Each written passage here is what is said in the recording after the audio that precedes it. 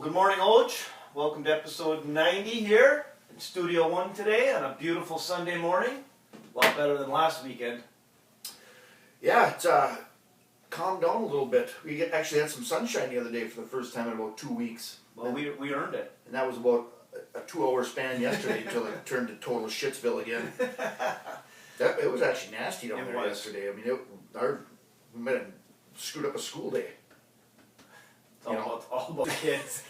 Yeah, it was blowing and drifting, and you got the loader outside cleaning the driveway right now. Hey, big shout out to Gold Standard for opening up my yard and driveway. Yeah, that's how people get plowed out in the UP, folks. The rest of you, whoever you guys listen and go out there with your plastic shovel from Pomida and move snow around your sidewalk. There's a freaking loader in Croce's driveway right now getting rid of the snow. So that's how you do it in the copper country. It is. You got plow guys that come up and plow, and it stinks because there's too much snow, so they just go home and get their loader and come and open you up, and I piece it together in the spring. What do you want to get into first? You want to get into the college football Notre Dame Ohio State game? Sure, we're going to spend a lot of time on it because I guess once we start talking about these games, they're a week off. But yeah, I don't know. It was not unexpected the way it turned out. I think you hit the nail on the head with Notre Dame early in that game. They had the perfect drive to start the game. 13 plays. It took 10 minutes. Yeah, wiped out most of that first quarter. And I think the quarterback, that was the bet I was looking at in that game. I think the rushes were at like 14 for him, rushing attempts for that quarterback, for Leonard. 13 and a half, maybe 14, whatever it was. And I thought about taking that because I figured he'd have to have a big game. Well, Tracy had like 8 carries in the opening drive. He did. You know, and so I didn't do it, but that's how they had to have that game played out. They did it for that first series. Ohio State comes back and answers, and then the second series, like you said, is kind of what lost them the game. I think the second, third series is where the game changed. I think that first drive was awesome. If you love smash mouth football, like you said, and Leonard was a stud, right? Leonard went down. He must have carried 8 times. Maybe he got banged up a little bit. I just didn't like how they came out, and Ohio State went right down. He was gassed. He was on the sidelines puking after that opening drive. Well, he earned it. But then Notre Dame comes out right off the bat, and after chewing up 10 minutes, they come back, drop back pass, throw it over his head. So now it's second 10, clock's not... I didn't understand why they got away from trying to control the clock. Heck, Ohio State's first possession went into the second quarter. Yeah. That's how much they chewed up. I think they tried to get into a scoring fest a little bit, and I don't think they were designed for it. I think if they could have kept grinding on them and wear them down and make that a 5-6 possession game, I think they could have stayed in it. Yeah, they didn't have to get jumpy right away with that, you know, just... Even a play action on first down rather than just a drop back. Yeah, when they got behind the chains, it was tough for them, and they didn't have the people on the edge to deal with what Ohio State did. And then defensively on the other side, you know, Ohio State's obviously they got skilled people everywhere. They do. Those 2 receivers are outstanding. That freshman kid is a load, and their quarterback played really well. I mean, he threw the ball. He was hitting guys in stride, making accurate throws. So yeah, I'd just really like to give my honest and heartfelt congratulations to the Ohio State Buckeyes on buying a national championship. I hope they feel really good about it. Spending the money that they did just really gives you a warm feeling about going out there and earning that trophy. So congratulations to the Buckeyes and Coach Ryan Day. I'm just very, very proud that representing the Big Ten like they did. I'm sensing sarcasm. Do you put an asterisk by that because they lost to Michigan? I put an ass by it. Well, as long as it's yours and not mine. But yeah, and they're going to be a problem for quite some time. That kid, that freshman receiver is phenomenal. Is he something? And he can't even go into the draft. Right. Now, what if we get the Barstool guy to buck up and buy him like we did Bryce Underwood at Michigan? What else we got? NFL playoffs last week. The legacy game, I guess, with Lamar and Josh Allen. You know, Lamar was fine. He wasn't great. He was fine. Yeah. I don't think he needed to be great to win the game. He wasn't horrible. His first half was a little bit, you know, shaky, but he put up decent numbers. It was there for the taking, but Baltimore got behind, and then I don't even know what to say. I feel so bad for that Mark Andrews. Yeah. I mean, man alive. Yeah. He had a fumble in midfield too earlier in that game. And he caught the pass and went backwards trying to get the guy out of his way. But it was, Anybody whose fault is putting blame on him is a moron. I mean, plays happen. That's part of the game of football right there. And he had a pretty good season. no, he's been great for them for years. I mean, he's a veteran tight end that's been the face of that offense for, not the face of it, but a face in that offense for a number of years. The security blanket for Lamar. They dialed up that 2-point conversion play at the end of the game. I mean, that was an impressive drive It was. for Baltimore to do that on the road, get the 6 points, and then win for 2. And yeah, I mean, it was a well-designed play, and they couldn't cover him, and he just dropped the ball, and that was the game. On the other side, But there's a lot of plays in a game, so Yeah, you well, can't no put doubt. down one, right? And I thought that was one of the better games of the weekend. I enjoyed watching that one. and we expected it to be. I mean, that's kind of like what we're going to be talking about here in a minute today. But the other side of it, the Rams, you know, they were in the game too, but it didn't really have that feeling, you know. Right. Saquon was busted out those couple big runs. That was a hell of a day of weather too. It was. That was Which pretty I think cool. came into play in both games there. Yeah, for sure. And then what was the other game? You got your chefs. Is that what they're called? The Yeah. chefs. Raise your hand if you're sick of them. That would be a vote of 2 in the room here. Yeah, I'm tired of that. Not them. I'm just sick of the frickin' every game with them. We don't talk about how good the Chiefs were. We talk about the BS that calls that they get. And like today, somebody on Twitter had something like they had the announcing toward the end of the game where the ball was intercepted. You know, Mahomes back to throw, and the ball gets picked, and then you hear Romo in the back. No, there's a flag. And there'll be a phantom pass interference call or something like that. The Chiefs are clutch. They get, you know, Mahomes. They make big plays when they have to. Houston, I don't want to hear that.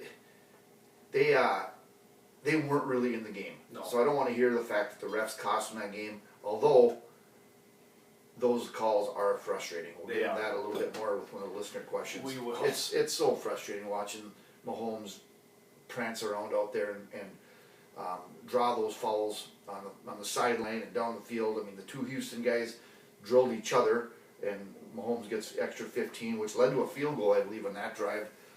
So yeah, I'm a huge Buffalo Bills fan today. I can't wait. I don't know if we're gonna get into talking about that right now. Yeah, let's just get into that. Like I said, those games are over. I think everybody that listens kind of feels the same way. I'm looking forward to the Buffalo Kansas City game. Both of them I'm looking forward to, but that game right there I think is going to be a big day for Josh Allen. I hope he plays well, and I'd love to see the Bills knock them off. I think that's I think they've earned that right. They keep progressing in their team, and today they got a chance to go into Arrowhead and beat Kansas City there. And I think, like you had already said, I think a lot of people are going to be rooting for the Bills Mafia today. Oh, for sure. I think Josh Allen has the ability to be, Superman out there and win a game, just put his team on his back and win the game. I don't think he has to today. I think Buffalo's got enough around him with the running game. And I think it's their time. There's a guy on the radio I was listening to on the way down here, and he kind of compared it to the Bulls with Jordan. It took them a while. Yep. They couldn't get over the Pistons. They couldn't get over the Pistons in those 2-3 years, whatever it was. And it took Jordan a little bit, and finally the Bulls got over that hump. And this is Buffalo's time, I think. And they got to go to Kansas City and do it. But I think it's their time. They just can't make critical mistakes in the fourth quarter. Costly decisions to go for it when they don't need to, or whatever it is. And hopefully they can get a couple turnovers on Mahomes too. They gotta, if they can win that turnover battle, I think they have it. And they've done that all year. They're like, I think they're number one in the league as far as the plus minus stats go with turnovers. So I think it's Buffalo's time. I think they win a fourth quarter game. Do you think if Buffalo wins, Mahomes and the Chiefs players and Kelsey will leave the field? Like shake hands? Like a Pistons did when the Bulls just took walk over? out of there. Yeah, that'd be awesome. Let's go with a little side note. I know we're going to get into this in our listener question, but there's a lot of scuttlebutt, shall we say, about the refs and Mahomes and all that. I wonder if you don't see the officials go the other way with that today. Like if you're on that officiating crew and you know that everybody is waiting for something to happen to Mahomes, and if you play into it, or are you going to be the guy that kind of Yeah, takes a stand? Well, you know, this crew's had meetings and they must watch film and look at the calls that are, Right. from the previous week. So that's a good point. It'll be interesting. What is the spread in that game? I have no idea. I think it's like 1 point. It's I thought that some of the talking heads were mentioning like a point. it's got to be something. Kansas City was like a point or point and a half. Point and a half now Are on they? DraftKings, yeah. And Philly's They must be a touchdown. Philly is 6, Okay. and I like that a lot. So we'll get right into that now too. Washington hasn't stopped Saquon Barkley in 2 games, and they're not going to today. I mean, they're going to have to. They have to stop him. That's their only chance, right? They got to get up there and force Jalen Hurts to make plays through the air. He's a little bit banged up too. He is, right? Which I think affects the biggest thing. It affects his running game a It little does. bit because that's a big part of that of Philly's offense is him carrying that ball as well. But I don't see Washington being able to come in here and win 3 straight road games in the playoffs. That's a tough task. You know, their win against Detroit last week, that was disappointing for Lion fans. I was fired up. I was a big Lion fan going into that game, and I did not see that coming at all. But that Daniels is a freaking stud. There's no way around it. He's outstanding. But I don't think they can go down to Philly and get that done today. In fact, I think Philly wins by double digits. I think they end up rolling Washington a little bit, and maybe a 10 to 13 point halftime lead. I think it's going to be a struggle for Washington, and I look for Saquon to have another big game. So I like to see Philly and Buffalo in the Super Bowl, and that's my prediction. I'm on same team as you with this. I think that Philadelphia's front is so good. You know, they can get after Daniels with 4 guys and keep 7 in coverage. Maybe keep a guy spying on him a little bit. You know, make those windows small for him to throw that ball into.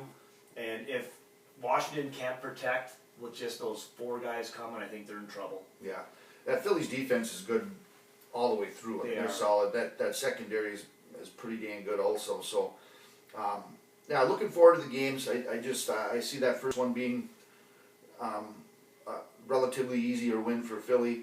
I'd be shocked again if Washington pulls that off. And then I think it's Buffalo's time. And watch next week. We'll be getting together talking about a Washington and Kansas City Super Bowl. Yeah. And Jalen Hurts or Patrick Mahomes getting every freaking call in the book. Yeah. Jaden Daniels throwing for 400 exactly. yards. Saquon Barkley getting shut down. Hey, let me ask you something. Speaking of that Lion game, what's your take on this? So, our buddy Tav. I was going to say, I love when you start conversations like this because I know you got something brewing from the outside. I'm just going to throw his name right out there, whether you know him or don't know him. So, the Catman. Sure. So he doesn't bet on sports, right? That's not his thing. He's a Texas Hold'em guy. He's a poker guy. Yeah. And he dabbles a little bit online, some poker.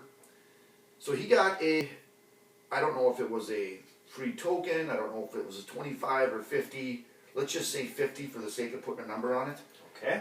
Through whatever site he plays poker on, right? And I don't even know what it is, but he gets a free bet. So Tav is a huge Lion fan, and maybe we mentioned last week that they were at the game, right? Him and Painkiller went down to the game. Yeah. So, you know, that's another reason I was pulling for the Lions. You know, a happy Tav, it's a good thing. Yep. So he went and used that free token to, technical difficulties. We're good. Maybe. Crouchy's microphone fell off his shirt. Yeah, so it might be a little light in the beginning, but whatever. It's like the How car long ride. was that off, I wonder? Just 12 minutes. Looks on. It's on. And I'll just have to use my technical skills. You don't have your little high school football shirt on today. You're wearing some skimpy little hoodie. Oh, I forgot about that little. Yeah, this isn't even you. I don't know who I'm sitting next to. I got rattled. I was out shoveling and anyway. So Catman. He used that bet to hedge, and not even hedging because he doesn't have another bet out there, right? He's like hedging himself. He bet money line Washington, just in case if the Lions lost, at least he would have some money. So he bet against his team just to make himself a little bit of cash in case the Lions lost that game. Tell me what you think of that. I don't know if I've ever been more disappointed in the Catman in my life. I mean, we can't suspend him because he doesn't send questions in. Do we shun him for a while? Do we put him on double secret probation? And I think we put it on the poll. I think we put it on the poll. Let's put it on the poll. Yeah. So, does Tav come across as a phony fan, or does he come across as a smart, intelligent thinker by betting against his team? So he bet $50. That's just $50. Okay, so he's gonna win 40. No, well they were, I don't know, whatever it was, money line. What did he have with the Detroit money line? Philly on the money line. So Not Philly, Washington on the money line. Max winnings, max profit is how much? I don't know. I mean, it's got to be. The money line was a nice bet because I know Detroit was a healthy favorite in that game. Is it worth being that shallow and shameless? To get gas money for the ride home. That's basically what it is. Fill his tank. Yeah. But he flew. They didn't even drive there. So he swallowed all those years of being a Lion fan. He swallowed all of that and just stooped to that level to double his money. To win $40 or There you $50. Oh, I guess we know where Tav stands. He can be bought. So maybe we get him in the NIL and get him. We can buy him. Fill his tank in Iron Mountain. Buy painkillers, some licorice. Get himself a Mountain Dew and some corn nuts and head home. I hope he feels good about that.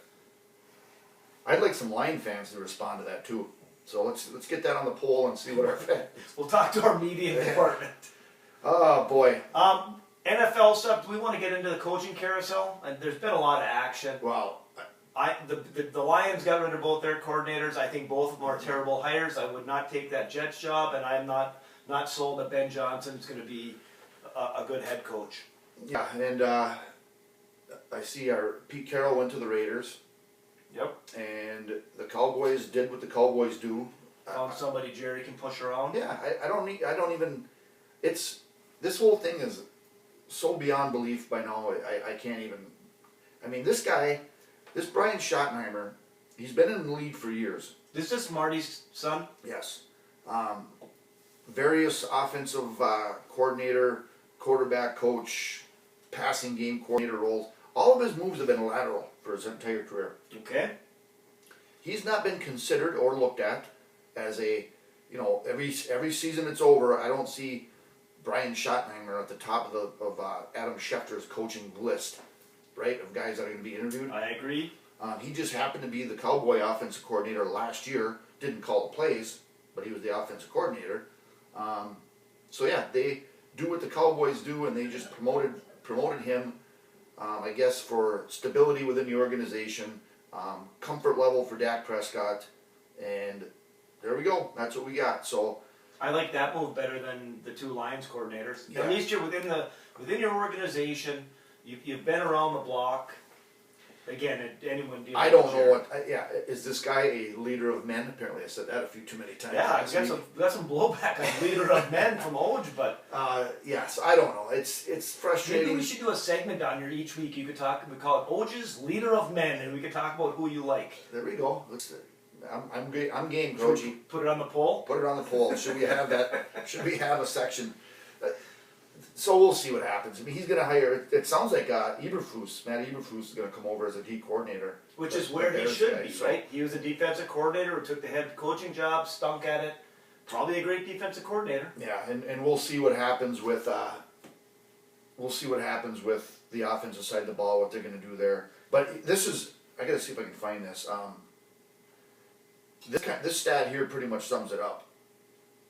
And I don't want dead air time, so screw it. But somebody had sent me, I think Trav sent me a deal on, it was, what's the ex-Lion quarterback that's on ESPN there?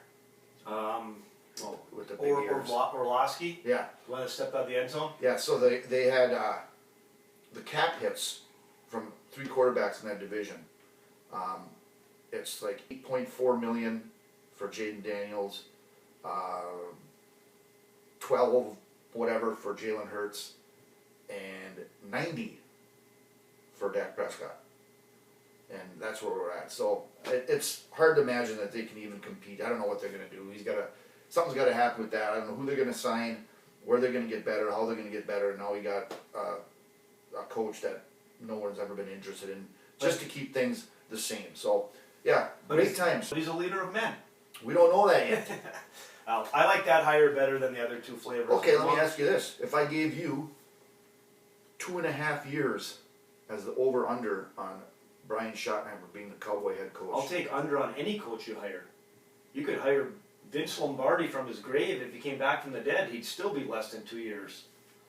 They're dysfunctional there until Jerry takes his hands off. okay, you will be taking the under. Let's move on. For the record, I don't think Vince Lombardi's coming, but if you see what went on with the Jaguars head coaching thing, I heard something about that soap opera there. There's a dysfunctional organization.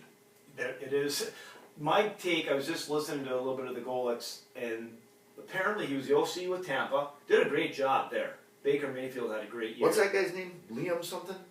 Yeah, so Liam something. We'll just call him Liam because that's his name. I don't even know if that's his name, but It is Cohen or something. And then Jacksonville wanted to hire him, but he didn't like the general manager, so he didn't take it. And Tampa Bay was a big soap opera, and so they fired the GM. And then Tampa couldn't get a hold of him, and he took the Jaguar job.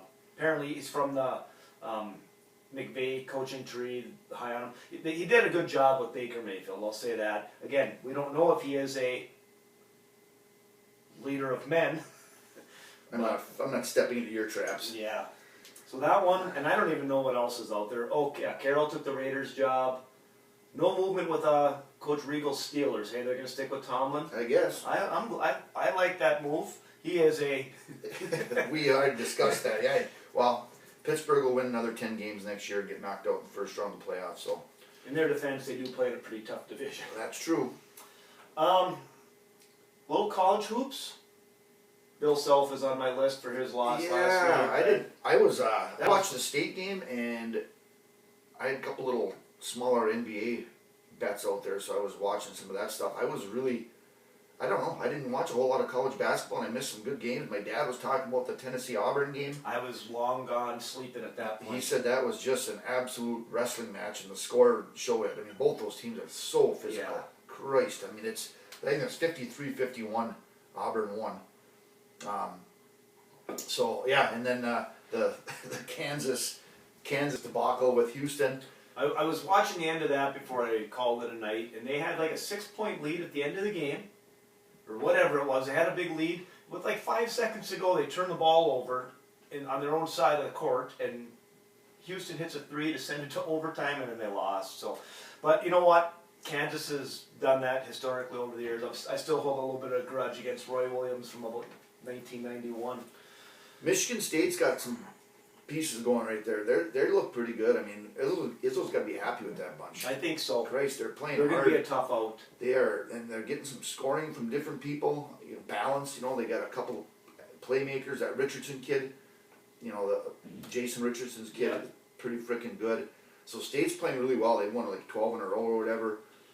Michigan had a little reality check on Friday night. They did. That was that Northwestern? Purdue. Purdue. They had a bad one. Mackey and Purdue really laid the wood to them. I mean, it was physically just got their arses whooped. So that was a tough one there. Wisconsin today, I think they're on early. Badgers, Nebraska will probably have that on before the football game. So That'll be a slugfest. And then the only game I watched yesterday when we were up at the office, I watched Michigan Tech at Ferris. Oof. That was a good game. Hey, we had some good college basketball wins yesterday from our little group. We did. I mean, the Tech win was outstanding at Ferris State, and I mean, That guy- Tomaszek is going to be. That guy at Ferris, he's a lot like your boy Danny Hurley. But yeah, Tomaszek had 45 again yesterday. It's got those guys playing well. They're fun to watch. If they can get some consistency behind him, you know, that's like he's carried him through a couple games, which is all well and good. But I think Bitts would love to have one other guy that can, you know, consistently give him that 12 to 15 or something, right? Because they're missing that a little bit right now. But yeah, who cares? I mean, Tomaszek, 45 points. They beat Ferris. Parkside got a big win. They lost. Coach Regal is just is riding high right now, hey? So yeah, they came off that huge weekend. They beat Lake State and Ferris last weekend, right? Yep. So they got the W, and then sliding right into our boys from Northern Arizona. Well, we'll get into that one. Coach Burkhardt might have had the best week. We'll get into that in our NAU update. But yeah, it's kind of cool to see people we know have those big weeks. Like I said, Tech, Parkside, NAU. Mm-hmm. The last thing I have written down here, Oj, and this came, you said, make sure you remind me of this, but we got a little discussion we got to have about the difference between traditional and boneless wings. Well, I'm getting a little annoyed with the amount of people that actually eat boneless wings. I don't get it. It's so lame. I don't like to get the sauce all over my fingers. Let me ask you. I don't like to make the mess. It's so much easier just eating. Come on. I am not a fan of boneless wings. I'm getting a little annoyed with people that order boneless wings. I don't know. It's starting to rub me the wrong way a little bit. So well played. You know somebody that does like boneless wings? who? James Thomas. Of course. He's a big. He likes boneless. I could have called that. He is a boneless wing guy. You can see that a mile away with him. Do you know another thing about him, James Thomas? He doesn't what? He wears rubber gloves when he eats ribs. At home or in a restaurant? I hope only at home. I hope he doesn't bring them to the restaurant. But do you think you're annoyed with the boneless wings because they call them wings when they're really popcorn chicken or chicken nuggets? Probably, yeah, exactly. They're little. It's popcorn chicken with sauce on it. So they're just. They shouldn't be called wings. That's it. You are 100% correct right there. So you can They eat need them. a different name. So you can eat them. You just can't Yes. call them wings. I'll have popcorn. I'll have an order of popcorn chicken with buffalo sauce. Now that's a little different. I agree. I could go with that. So the name is a big thing that grinds you? I guess I didn't realize that till you just pointed it out. But Hey. there's a few things that grind me, but that's one of them. The other one is this dipshit that voted on the Hall of Fame and did not vote Ichiro in. Yeah. I mean, who is this clown? So MLB announced their Hall of Fame. So you have Ichiro, CC Sabathia, and Billy Wagner got in. Yeah. And Ichiro had one guy not vote for him. I don't even know what to say. I saw Ichiro ask to meet the guy. Yeah, Meet him for a beer or something. Yep. So you got a guy there that just he thinks he has a pretty high opinion of himself and doesn't want to be. He wants to be different. Come on, dude. What was the stat you showed me? If you looked at people that had 3,000 hits by the age of 26. I'm trying to find that. Did I send that to you? You might have, but looking at that list, because Ichiro's a no-brainer. It's not even a question. But if you look at people that had Say the question again, just so people can hear it. the number of base hits, I got it right here. the number of base hits these Hall of Famers that have 3,000 hits had at the age of 26, which is when you're Okay. starting your. This is the 3,000 hit club, right? And the first three I love because they had to start out young and Yep. have a lot of success. So the first three on that list: Ty Cobb, 1,600. Number 2, Al Kaline. He started young with Detroit. I think he might have been 19. Yep. 1,390. Number 3 on the list, Robin Yount, my boy. He started at 19. Shot right up to the majors. 1,363. Then you got A-Rod, Hank Aaron, Tris Speaker, Ripken, Brett, blah, blah, blah, blah, blah, right? So, Well, how many did Ichiro have at the age of 26? so the 29th on this list is Wade Boggs, and they have him at 531. Ichiro, 0. Nothing. So think of what he could have done if he actually started at 21 in the majors, right? He came in late. Right. I just thought that stat was amazing, and yeah, I don't know who. That just blows my mind. Somebody did that. They're just trying to be a. Yeah, they're too full of themselves. They're taking that job a little bit too serious. But it is what it is. If the guy's got any spine whatsoever, he calls Ichiro up and has a beer with him. Ichiro called him up and said, "I'd like to, get together and have a beer with this guy." And Yeah, I'd love to see that though. yeah, it ain't happening. So, CC Sabathia, Billy Wagner. I see we had was it the Veterans Committee or whatever that selects them? Dave Parker got in. which I liked him. He was a good player for the Pirates, I'm sure. He had a little shot with the Brewers there toward the end of his career. I saw him play at County Stadium, I believe it was. Late. He would once in a while had the sledgehammer in the Yeah. batter's box, on deck. So. But you know who the Veterans Committee didn't select to get in, which is why I hold a grudge against them. Dale Murphy? Yep. Should have There's worn. always next year. I should have worn my Murphy jersey today. Copper Country Sauna is the premier sauna builder in the Keweenaw, led by two brothers-in-law that share a passion for saunas and want to provide custom saunas to the Copper Country residents. When you are ready to throw some water on the rocks, visit our website at coppercountrysauna.com or give us a call at 906-281-9427. I'm throwing water on the rocks today, by the way. Oh yeah? Yeah. Couldn't do it yesterday because of the weather, but I didn't feel like walking over there in those winds. That's what we love about Joe. You always persevere.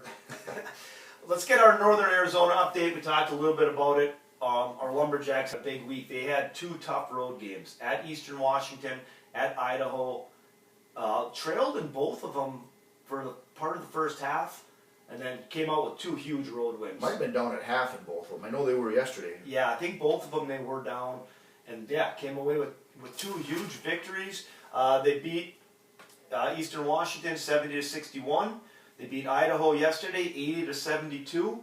Winning on in the road games in the Big Sky is going to give them a chance. I know they got a huge game next week with first place at Northern Colorado, and then at Weber State again. I think they beat Weber State the first time. So that's this week. This upcoming week. What day do they play Northern? I think Thursday, Saturday. I have to check this. They typically play those dates, but yeah, 2 huge wins. We did a little bantering with Coach Burkhardt last night. He was in a good mood. He was in a very. So he's got those guys playing well. McLaughlin's playing well. Townt is still freaking cleaning the boards like no other. How about the cool picture he sent us last night too? Yeah, it took me a second to recognize, who was all in there, but that was pretty cool. So he sent us a picture. They played at Eastern Washington. John Stockton, all-time assist leader. His son plays for Eastern Washington. So he was at the game, and his older son played at Gonzaga, correct? right, and the current Gonzaga coach Mark Few was there too. So that was a cool picture. Good banter. Those guys are playing well. Hopefully they can keep it rolling next week with those big road games. But let's hear what Coach Burkhardt had to say after the big win at Eastern Washington. Well, we're going to head to Crouchy's Corner now, and we got an interview, a pretty good interview.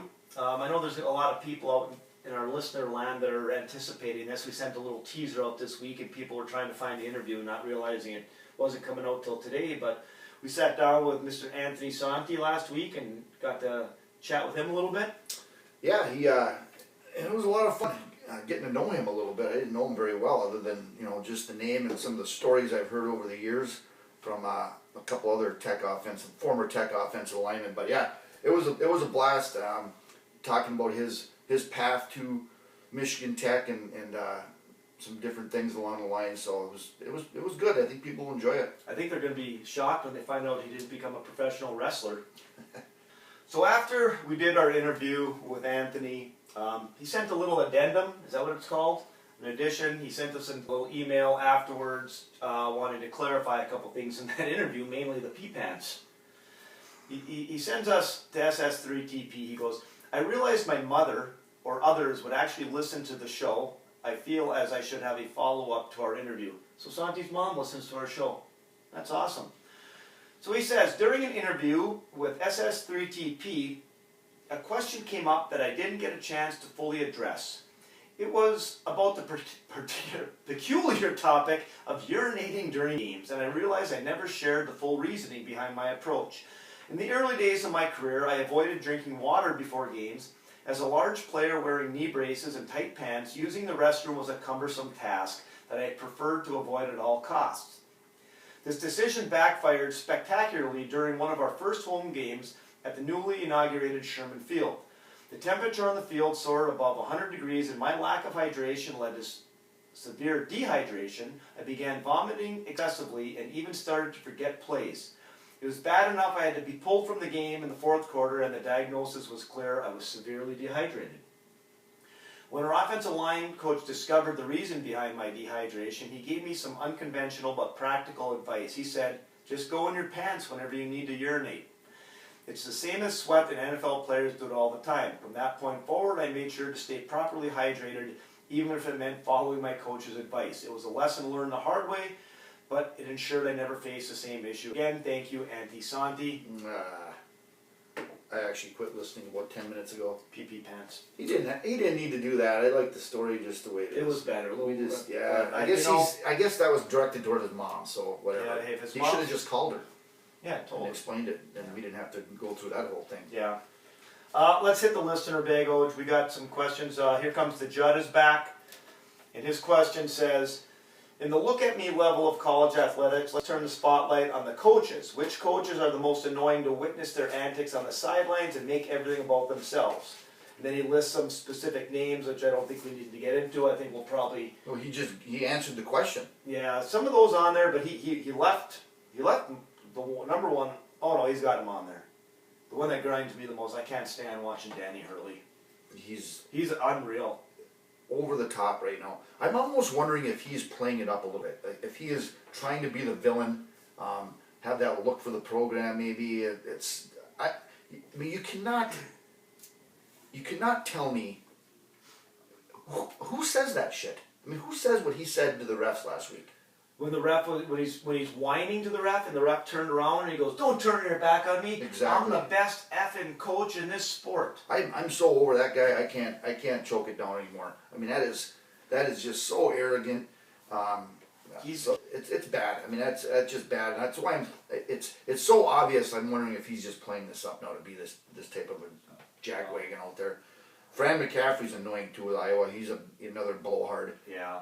So I'm not a fan of him. The one he puts on here that I don't understand why he has him listed with this is Kenny Dillingham, Arizona State's coach. I don't know why he earned the right to be in Judd's little list here. That guy, did you know he donated $200,000 to his support staff? I did hear that. He got was it his bonus or Yeah. whatever he got? Yeah, I mean, that's not buying a hamburger for somebody there. That's pretty dang nice. Or a cup of soup. Yeah, so he should be off of Judd's list, I think, for that reason, if nothing else. And he's got the other ones on there. Your buddy from UCLA, which Dick Cronin. we've already beaten him, and then your row the boat guy. Those are the guys that come to mind with me. But Danny Hurley is number one. I don't think I'm gonna watch a UConn game again ever. Well, we'll be forced to in March, I'm sure, but Well, maybe I'll find a rerun of Seinfeld. anyway, yeah, good to hear from, or not, from Here Comes the Judd. It's actually a decent question because there are some annoying coaches in there, but he answered it pretty well himself, and I think that guy takes the cake on that one. All right, number 2. Good afternoon, gentlemen. First off, Oj, great song choice last week. I haven't heard that CCR song in a long time. Thank you very much. Crouchy Oj, you guys might have had this question in previous episodes, but I can't remember. What is the best high school football team in the UP that you have seen play before? In any class division. Keep doing what you guys do. Awesome stuff. Live, I'm not sure. The one that comes to mind right away when I and I don't even remember the year exactly. It's when Menominee won the state title. They might have even beat Grand Rapids Catholic Central, maybe not. I'm not sure who it was. Early 2000s. Are we talking the state title game or the semifinal? The state Was title. it their game? first one? I think so. That was a Madison Heights team. Madison Heights had a stud running back. He was awesome. And Menominee just put the boots to him. Yeah, exactly. I think I want to say 07 maybe. something like that. I would have guessed right around there. Those Menominee teams in that era, watching them, they were. I mean, that single wing was beautiful. The spinner. Oh man, it was great. So those to me are the best teams I've seen. That combo in those 2000s of a couple years in a row, I guess, with Menominee. So that's what I thought of right away. And they'd probably win a whole bunch more if they didn't run into the University of Grand Rapids West Catholic in the semis every year or whatever. But Exactly. that's a good one, Oja. That's a good pull. I'm going to go a little differently. I'm going to go back to 1993. I'm going to go, and we talked about this early on in the podcast. Kingsford. The Kingsford Iron Mountain. And I'm going to pick both of them because, and I started digging into this, thinking back to this. But we talked about the Hedgecock thing. The Superior Dome, when it first started with the football playoffs, was pretty close. That was a heck of a Saturday. Yeah. Friday night game, 3 or 4 3 games. games. Yeah. So That was as close to Hedgecock, and I can remember watching these in that '93 when Iron Mountain and Kingsford both won the state title. Kingsford had beaten them, and again, the details are getting a little fuzzy as I get older, but 24-14, it was a great game. I think the only close game either one of them had that year. But I went back and I started thinking about who was on those teams. So both teams are coached by Hall of Famers, Tom Wender, Chris Hofer. Yep. And I don't know if you even remember this, you probably weren't even around, but let's start with Iron Mountain. Quarterback, Gabe Leonard. Went to Colorado to play quarterback, I believe. And if anyone in the Dickinson County says that I'm wrong, I'd love to hear it. I'm just trying, these are things that I'm thinking back to. Pat Daly, remember that name? Mm-hmm. Old lineman, went to Wisconsin, got into a fight with Ron Dane. You remember that? Oh, I do know, yeah. Yep, he was an old lineman. Jeff Angeli, running back. I think he played running back at Central. Wide receiver Brian Shorman had a great career at Central as a receiver. They had a tight end, Don Bunnan. I don't know if he went on to play or not, but So they had some players. they had some players. And one of the most anticipated games from that I remember in that dome was they were playing St. Ignace. Charlie Adalewski, I think, was the coach at St. Ignace, and it was a big game. And Iron Mountain beat them 61-6, packed house. So Iron Mountain was loaded with those guys. And then you go to the other side of it, you got Kingsford, Rob Roll, on that Wisconsin, he was an old lineman for Wisconsin. You had the Mike Rakitich, I think he played at one of those D3s in Minnesota. Andy LeBlanc ended up going to Tech, I think, to play quarterback. They had Reiki, who went to be a kicker at Tech, and I think Gendron. And those guys had the battles with Belding back in the day, and those were something else. So I'm going to take that question to the '93 Iron Mountain Kingsford. I mean, you look at the star-studded cast there, and those were some pretty good teams. Yeah, it was a good question, good stuff. What's next? You've had your fun with volleyball rule changes, that we have. If you could immediately implement 2 to 3 rule changes before the Super Bowl, what would they be? And this is David W. from the Shores, and this might be the last time with that handle. I think right off the bat, you and I will both agree we got to come up with something for the quarterback situation. Yep. Let's get rid of that. I mean, if they make it as simple as once they commit to a run, past the line of scrimmage, they're a football player. Yep. I'd wipe out anything other than helmet to helmet. You know, that's an obvious penalty. But other than that, they got to be treated like an actual football player down the field. I would love to see that one. I'm gonna add that. I think you'll like this. What do you do if you're catching a punt? Right, you get the little halo area. Or whatever. Right. Why don't we do that with the quarterback running? If the defender gets, let's go the other side of that. If I can get within 2 yards of you and you haven't slid yet, you're fair game. Right? I like it. We'll give him the protection, but if he doesn't get down before that guy closes out in a specific area, 15 yards on the quarterback. yeah, unsportsmanlike. There you go. I like we got to do something with that, Patrick and we're hoping the Mahomes. refs come through for us today with that. But if they don't give themselves up early, I think they're fair game. I like it. How about this one? Let's for the Super Bowl. Let's have fan interaction. So if there's a crucial call in the fourth quarter, like a 4th and 1, you're gonna go for it or anything like that, we can. If you're on this list, you can go on your phone and bang right to the head coach, disagree with the call. So if it's the fans get to pick, right? This is gonna be our call. We're gonna overrule our head coach on this call. It sounds like the XFL. They call it down to the head coach. He wants to go for it. No, sorry, the fans have just voted. You have to punt team on the field. This sounds like something the XFL would do. Little fan interaction. I don't know how to do it, but I would sure like to be on Like that. Who Wants to Be a Millionaire? Ask the Yeah, audience. there you go. Exactly. Or the coaches. Yeah, if they're in a nerve-wracking situation, they can go and ask the fans. You really in on this, or is this just for show business? Well, whatever you want to think of. I'd love to have that option. And then how about this one? Oh boy, you were on a roll today, Oj. How about this one? Let's solve some of the kicking issues right now. Right? Very rarely do we get to see somebody catch the football and run. Rules have changed. Let's deflate the footballs on kickoffs. Yeah, so They could use Bob Euchers for when he was playing catch with his dad. there's no way the ball is going to go any farther than the 10-yard line. Specifically, Certain footballs used specifically for kickoff, deflated. Like the red blooper balls from gym class. Yeah. So we get a kickoff return every single time. So What if you kick the ball into the end zone, the receiving team automatically gets 1 point? Oh, that'd be some pressure on that kicker, eh? Yeah. Try to pop that thing up. Well, there you go. Deflate that ball like the one you got over right there. So there we go. I was actually going to kind of be serious with this one, but I would actually like to see them relax the rules on pass interference a little bit and let those guys on defense play a little bit. Everything is a pass interference. It's a hard call. I mean, you can make a call either way almost every single time with Yeah. the hand grabbing and the clutching and all that stuff. Yeah, I agree. I'd love to see those let them play out a little more.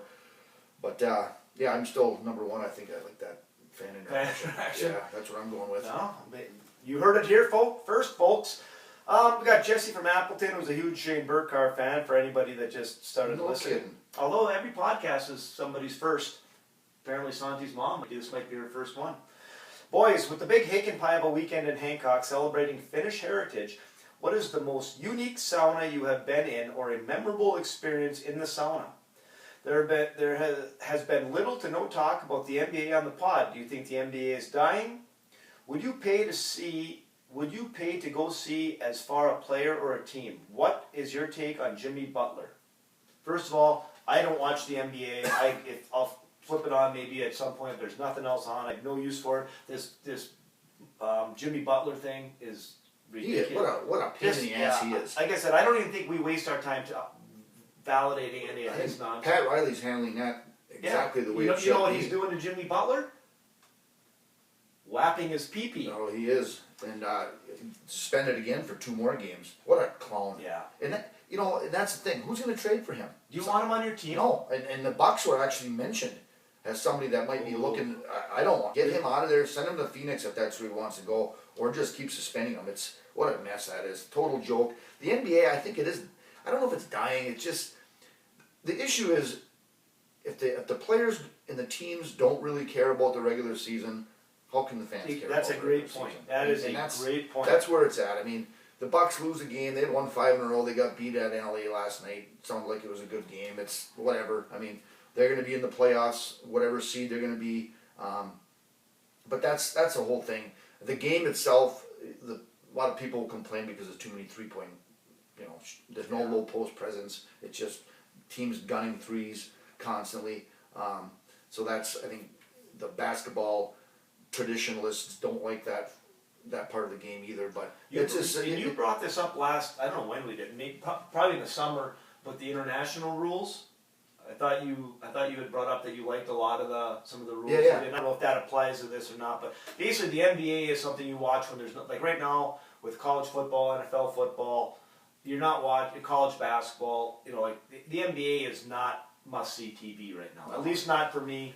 If they don't care about it, how are we going to care about it? As far as a player, I would have thought right away, the one that comes to mind that I've never, I haven't seen a ton of NBA games, but I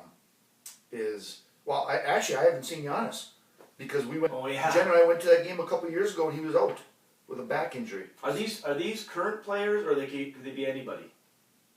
I'm assuming it's current, but if you want to go back and I don't know do anything. the Jokic would have been good. I watched a little bit of Denver last night. He turned the ball over and just walks down the court. I got sick of that too. I just shut it off and played music. He's out of shape. Oh God, but he's pretty fun to watch when he's rolling offensively. He's so skilled, for a big guy. But I don't know. Yeah, I guess I don't really know anybody. I guess I'd like to see Steph Curry. I like watching Steph Curry when he does with the ball. He would be somebody, but you ain't seeing me at an NBA game unless there's another reason to be there. But We'll talk NBA playoffs. I guess we'll see. yeah, like I said, once the rest of the sports world dies down, it's probably more likely to be a chance to be on my TV. But what about most unique sauna experiences? To me, I don't have anything that just really stands out, but I remember. Like you never peed on the rocks? No, but I was. That's a little kid at the Ramada and Marquette regional weekend. Somebody did. Yeah, that's memorable for all the wrong reasons. Oh, Hopefully Santi didn't try to dry his game pants out on the sun. I don't like. I get aggravated with saunas that have 4 feet of 5 feet of headroom above you. That drives me nuts, right? The ceilings are a mile high for whatever reason. That has nothing to do with his question. But what I like is, and you just can't beat the sauna swim experience. Ours is not the most ideal because you get a little work to go into the water from our place. You got to get down the steps and it's rocky. It's still just phenomenal once you get out of Lake Superior and just cool off in the summertime or fall, whenever. You can't beat that. But to have that set up where you're at that sauna and you walk to a dock and can go directly in an inlet lake off the dock, that's where it's at. And I remember one sauna that it was like copper tubing. It was just perforated copper tubing above the stove. So all you had to do when you wanted water on there is just take your hand to the right, and there was a little spigot faucet. Oh, nice. Turn it, and that water would just drop right down on the rocks. Shut it off, good to go. So you didn't have to use a ladle to try to aim, and miss, which is usually what I do. So I thought that was pretty cool. Well, in your defense, Oj, you're using a kitchen pot, and not a ladle. An old one. Yeah. And what did Bimbo always say about the saunas? It's a Finlander torture chamber. And the only thing you like about it is when it's over. The feeling that you jump in the lake. Mm-hmm. I'm going to go with the sauna swim. My most memorable. I don't think you were there, but it was one of those years when I had the camp and we had no snow. There was no snow around Christmas time. It was during Christmas. It was between Christmas and New Year's, and I know Joe Keps was there. Deeb was there. I don't know, for some reason I think Bob might have been there. And we went out to the camp. Sounds like a fun crew. We went out to the camp and like dinner time we lit the bonfire. I had someone else light it because you weren't there to assist me. That's another story. But we did a little bonfire, took a sauna, and we jumped. We were in Lake Superior between Christmas and New Year's. I mean, it was god awful cold, but not very often you're doing that. No. Especially out there, we used to get the ice up on the shore and stuff. Last year was one too. We did it. That was a New Year's Day. Yeah. Trav and I went in, and I don't know if that's a great experience, but it's memorable. No, you got that right. Located 8 miles south of Lake Linden on Bojack Road, the Dreamland Restaurant is your choice for great dining. Family owned and operated for over 100 years. Whether you're in the mood for their Mexican Monday specials, burgers, pizza, or Friday fish fry, Dreamland is your next stop. As the pages turn, we are down to, for those of you that actually, well, nobody really cares, but 1, 2, 3, 4, you got about 7 pages left in this baby before it goes into the Hall of Fame. Or up for auction. There you go. So after weeks of our listeners asking me about my favorite Elton John song, I'm ready to finally divulge it, right? It's going to come out right now. So first of all, a while back someone asked what concert, I think this was a question way back when, would we like to see if we could go to one, Yep. Of any choice, of our choosing, I guess. So the one I thought of, and I might have mentioned this, like I said, was the Dueling Pianos, when Elton John and Billy Joel toured together. That would have been just phenomenal to see that. So that was on my list. I mean, an Elton John Greatest Hits album is just a hell of a way to spend an afternoon. And there was a scene, have you ever seen the movie Almost Famous? I have no idea. It was probably with your eyelids shut maybe, but great movie. But they had a scene in there where Tiny Dancer was it was just a great scene of a group of people on a bus singing this song. So that was kind of always my number one, but it is not my all-time favorite. It's just not.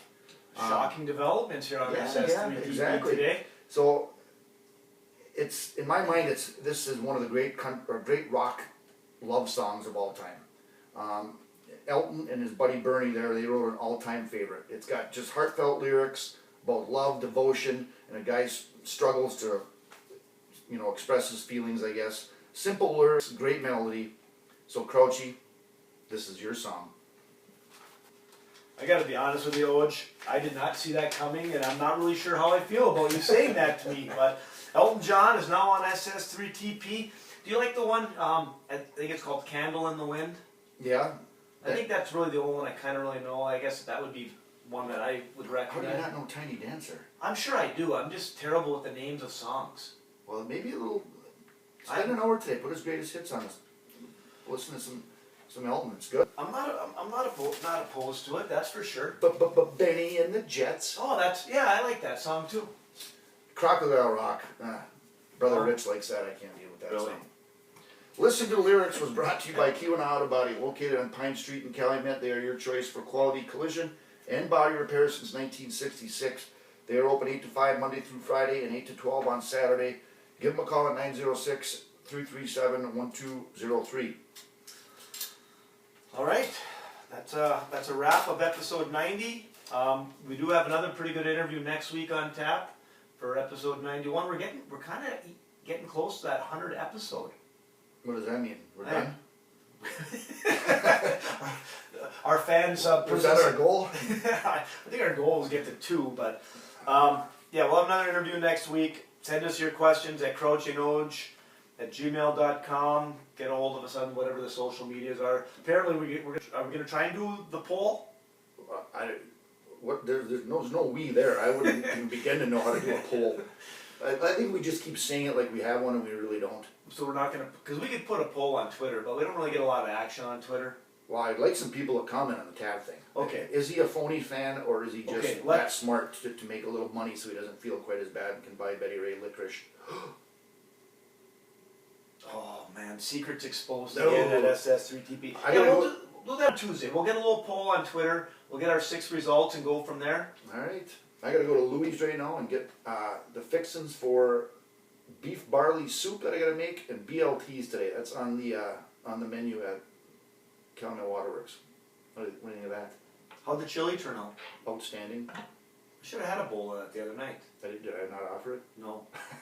We were too busy freezing in the hot tub. I went in last night. You'd think it was bad. Matt and I went in last night. That sucked. Hey, a bad hot tub is still a good hot tub. Alright. Alright, see you, Oj. Talk to you later, Coachy.